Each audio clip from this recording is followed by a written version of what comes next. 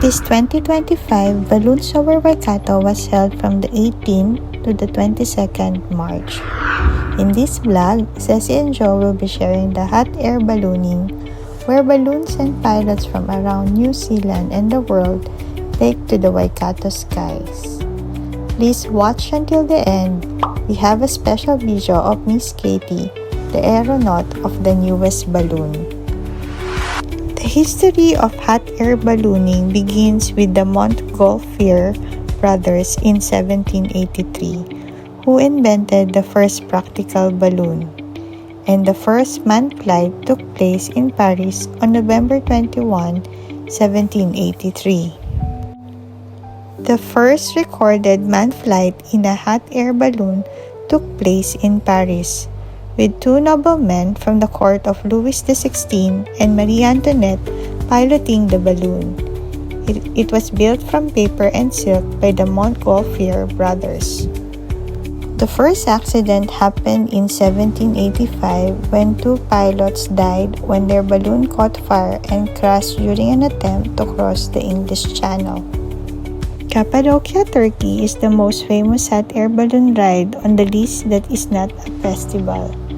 Cappadocia combines breathtaking scenery with history and architecture wonders of the world. From a small gathering of 13 balloons in 1972, the Albuquerque International Balloon Fiesta has grown to become the largest balloon event in the world.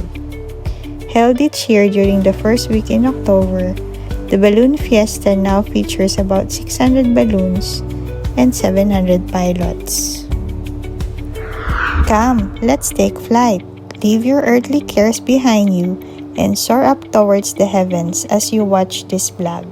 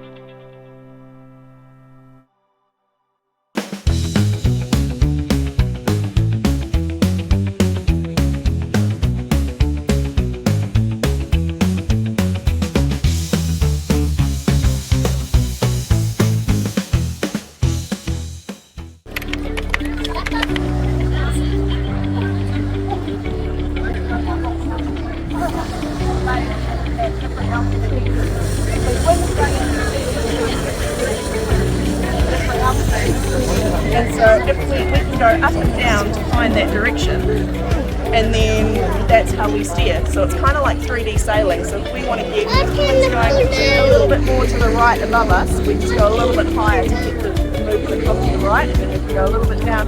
So it's all about what the wind players are doing. Give you a friendly reminder to make our team on the ground life as easy as possible. Please don't walk underneath any of the ropes. Please walk around the team and hide the discs. Just for safety reasons, we don't want anyone walking underneath and around those ropes. We're restricted to Please make sure that you look after your children. But that's only because make of sure that they're not running off. We don't want to go up into air traffic control any situations where they might get caught. So we stay below 2,000 feet. But when we're out in the kind of out like to profile way and that, we can go up to 2,500. But when I'm flying in Australia, or if we're down in the Waikato, we're in uncontrolled airspace, so we can go up to 10,000 feet. So once you're at 10,000 feet, you need oxygen on board because the air is getting thinner.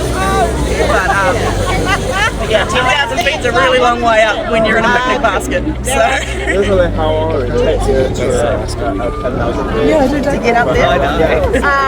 So balloons we can change how quickly the balloon rises and falls. So if we want to go up fast, we just put a lot more heat in a lot shorter time period.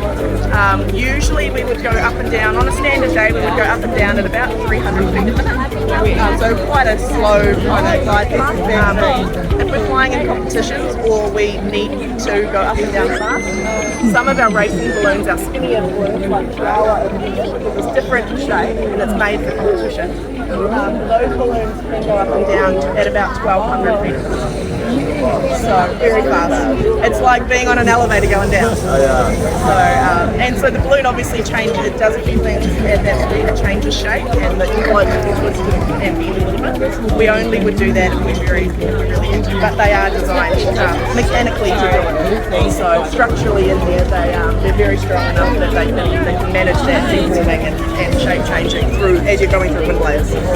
If you can imagine, if you're going down really, really fast and the wind is changing direction, the wind is going different directions as you're dropping through it. So if you go through a layer and the top half of the balloon would be pushed by wind this way and then the bottom half might be pushed this way or that way. So you're getting a little bit of wobble as you're going down. Sometimes that can be rotating or bendy, but so it's a very, you wouldn't do it on a nice, thing like that. You would do it if you were needing to. So you'll see some of the balloons are starting to come down now. Some of these pilots will due to the wind direction and some of the smoke and the surrounding area. So when we're going up at the airport before we know it, and that would be good for anyone.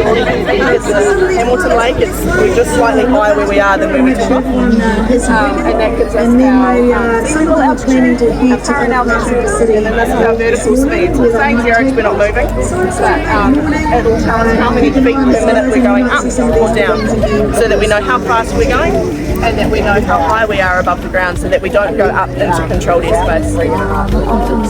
So we always know how high we are and we always know how fast we're going. And then if we're flying in things like competitions and that, we would usually fly with a computer, and that's all got GPS connected to it, and that shows us how fast we're going horizontally as well across the ground.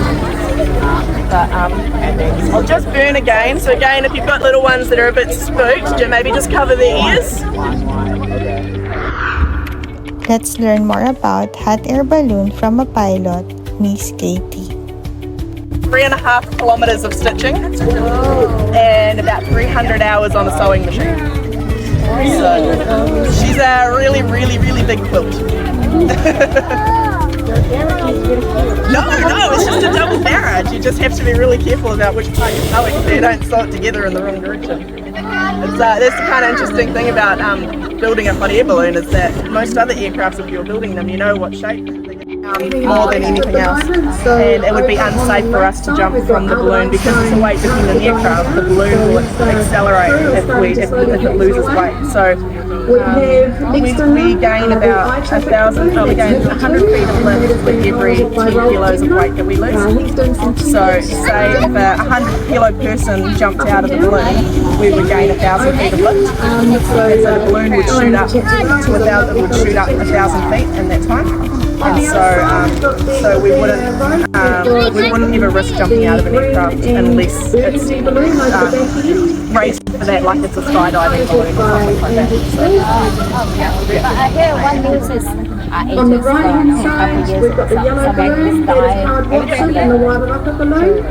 Yeah, so there was an issue. Yeah, we had a bad crash in New Zealand about back in 2011, and that was a power line strike. So the balloon hit the power line.